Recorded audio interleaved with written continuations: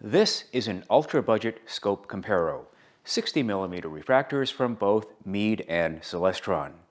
Those of you who have followed me through the years know that I have railed against this stuff for decades now. These are hobby killers. Well, let's take a look at these and try to answer a couple of questions. Are these as bad as we originally thought? Is one of these perhaps better than the other? And could it be possible that one of these is actually recommendable? Let's find out. So we should be clear here, there's nothing inherently wrong with the 60mm refractor. It's just as valid or invalid, if you will, as any other type of telescope design. No, the problem with the 60mm refractor is that it's been appropriated by the junk scope market. So when you see an inexpensive 60mm refractor, you just automatically assume today that it is junk. That wasn't always the case. Up through the 1960s, 1970s, and through most of the 1980s, 60mm refractors were fine. The early Tascos, for example, were brand-labeled Japanese products and are very usable even today. It wasn't until the late 1970s to early 1980s that Tasco and others began importing useless plastic junk from China, thus ruining their name forever. And today, the word Tasco to many people is still synonymous with junk. Well, by the late 1990s and the early 2000s, Tasco began to lose their grip on that ultra-budget junk scope line in that market, leaving a vacuum at the bottom of our hobby. As we all know, nature abhors a vacuum, and other people moved in to fill it. Now, Celestron has always been kind of down there, but Meade really went after that market. It seemed as though they really wanted that ultra-budget junk scope market to themselves, and they took slightly different approaches. Now, the Celestron here is a FirstScope. These were sold for many, many years under so many different variants, I don't think I've ever seen them all. There were Alt-Az mounts, there were equatorial mounts, there were F11s, there were F15s, there were some with 0.965-inch eyepieces, there were some with 1.25 inch, there were some that were glossy tubed, and there were some that had the crinkle finish like this. And in fact, this is a variant that I have never personally seen before. It has a hybrid diagonal in it, so it's a 965-inch visual back, but it has a hybrid diagonal, and the way that it's a hybrid is there's a two-sided plug at the other end, which you remove the insert to use a 965, you remove the whole thing to use it in 1.25 inch mode. So let's take a little bit of a closer look here at the Celestron. I have many catalogs from the late 1990s and early 2000s with these. This 1998 catalog lists at least 7 60mm refractors, so there were many different ways that you could buy this. Now, unlike the Meade, which I'm about to show you, this thing has an equatorial mount. And I'll go through this again just because I've seen these things misapplied even today, no matter how many times I go through this. So the reason this complex contraption is shaped like this is because all of the stars up in the sky appear to rotate at a point near the North Pole or the South Celestial Pole if you happen to live in the Southern Hemisphere. Now, in the Northern Hemisphere, we're lucky to have a star named Polaris, which is very much near the North Pole. So if you point this mount towards Polaris and the sky moves this way, it stands to reason that you can then track the stars just by using this one motion. This is why this is shaped this way. Now, I point that out because no matter how many times I say this, we see people misapplying these even today, and there are some people even in our astronomy club who do this wrong occasionally. There's a big temptation here. You can reach any point in the sky. Once you set this down, don't move it, just by using these two axes. It's running into one of these other scopes here, but you can reach any point in the sky. What people tend to do when they first get these is, let's say you want to look, say, out towards you. You have a tendency to just do this. Now, if you don't point the telescope at Polaris, this kind of mount actually works against you. So it's a convenient tracking mount, but you do have to take a little bit of time, a few minutes before every observing session, find the North Star and point it there. Again, once you do this, set it down and don't move it again. You can reach any point in the sky just by using these two axes. Again, the scope does not know, the mount rather, does not know or care where the telescope is pointing. It will continue to track like this no matter what. When Tasco started to decline in the late 1990s and early 2000s, Meade really aggressively went after that ultra-budget scope market. They really wanted it. But they had a problem. Meade makes, or made, they're gone now, I really hope that's changed by the time you see this, but Meade made some very good professional quality equipment all the way up to the top that you see in professional observatories. And in fact, you see two of them here. There's an 8-inch LX200 and there's a 12-inch LX200 just almost out of the frame there for you. That latter product, when it was last sold, went for almost $7,000.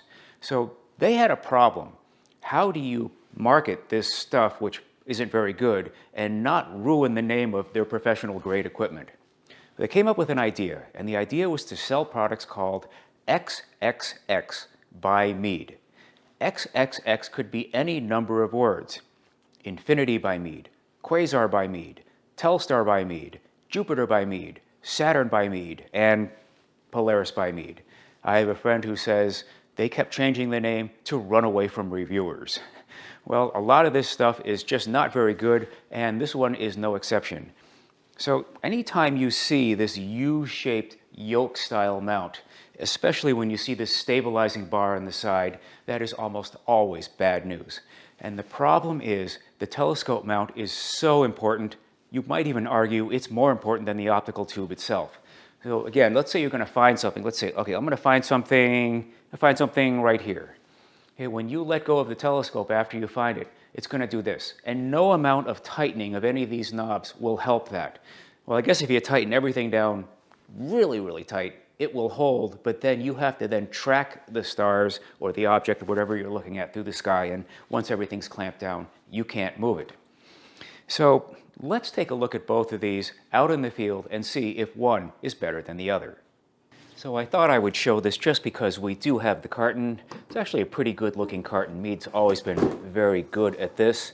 There's a list of objects on the side here. That's actually pretty accurate, but then it's claiming you can see hundreds of other objects. That is a gross exaggeration.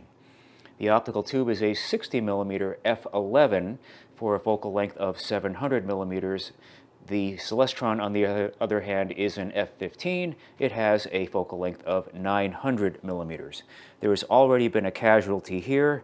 There are supposed to be two screws holding on the diagonal after the visual back, and one of them has already unthreaded and come out. It cannot be threaded back in. I have to be very careful what to put in this visual back. The finder is not good, it's loaded with false color, and it's not sharp, and I'm also pretty sure from tests in the daytime that it's not going to be able to be aligned with the main telescope. There are three eyepieces, a 25, a 12.5, and a 4. Hopefully you know by now, anytime you see the letters H or R on an eyepiece, it is an automatic sign of junk, and that's what those are. The 4 millimeter, of course, is a ridiculous thing to use on a telescope like this. You are never going to be able to see anything. But even worse, there is a 3x Barlow. Oh my goodness, this is astonishing. And from experience, the problem is the owner is going to take the high power eyepiece and put this in here and thereby guarantee that they will see nothing at all. So for my sanity here, I had to set some limits as to how long I was going to tolerate these mounts and these eyepieces, but I was determined to use both of them the way they came from the factory. The Meade was by far the most challenging of the two. This mount is not good. With the low power eyepiece, it's the only one I even attempted to use. I was able to find Regulus. I was able to find Mizar and Jupiter setting in the west. It is late spring as I'm filming this. It would split Mizar and Alcor, but the two components of Mizar itself could not be split. That is not a difficult star to split. And because it wouldn't split Mizar, I didn't even bother with Eta Cas. On Jupiter, it looks like it's out of collimation. There's tons of false color everywhere. You could see it was a whitish sort of blob with some colors coming out of it. Couldn't see much else. The Celestron, you know what? This wasn't nearly as bad as I expected. I think I've been playing with too many Astromasters and Power Seekers lately, but this is better than those series. I think they took a step down when they went to the Astromasters and the Power Seekers. It isn't great. Like the Meade, it has an identical looking plastic focuser made in China, and both cases, the 5x24 finders were very difficult to align with the optical tubes. Even with the screws tightened all the way to their limits, the object was not quite aligned with the main telescope. But you know what? it wasn't bad. It would split Mizar and Alcor. It would split the two components of Mizar. It would split Eta Cas. And I even got some detail on Jupiter. And this is in spite of the fact that the optics are astigmatic pretty seriously, but this one is even worse. So the Meade, you know, when you have troubles with both the mount and the optical tube, there isn't much left over. This thing is pretty much a lost cause. But the Celestron, maybe something could be done with this, and maybe you see where this is going next. I do have the AVX mount over there, so let's put that on there and see how this looks. So this is the Celestron on my AVX mount, and I should point out, especially to beginners, you're not likely to ever do this, but I was just curious to see how the optical tubes looked on an objective basis. I had a set of these wooden rings made for me by a club member. I know he's watching, so thank you, Pat, for doing this. I've used this quite a bit on these inexpensive refractors. And I know this looks silly. There's no counterweight at all down there. The declination shaft alone is a counterweight by itself. But I did wind up using either one of these. This is a 0.965 to 1.25" adapter, or a hybrid diagonal. And in fact, the diagonal in here is a hybrid by itself. But I wound up using one of these things. Put an eyepiece in it, and the Celestron wasn't too bad. The mount that came with the Celestron is adequate at best. If you're a beginner, I would suggest you get with someone who has done this before so they can show you how to cope with it. But on here, I was able to find some decent objects. I saw Jupiter, the bands on Jupiter, and 4 of its moons. Mizar was cleanly split on this telescope, as was Eta Cas, as I mentioned earlier. I saw M3, and just barely I was able to see M81 and M82 under good conditions. So just for fun, I took one of these. This is my webcam planetary imager. This is the ASI 662MC, and I put it on both of these telescopes on Jupiter. This isn't an exercise, it is not a scientific test, but I just wanted to show you how these came out. As you can see, the Meade has some issues. It's out of collimation and has optical problems as well. The Celestron, despite being astigmatic, it's not too bad. I mean, that looks okay. And if you want a reference standard, that's the Takahashi FC76 on the right. If you want to see these normalized to the same image scale, here are the 3 images again.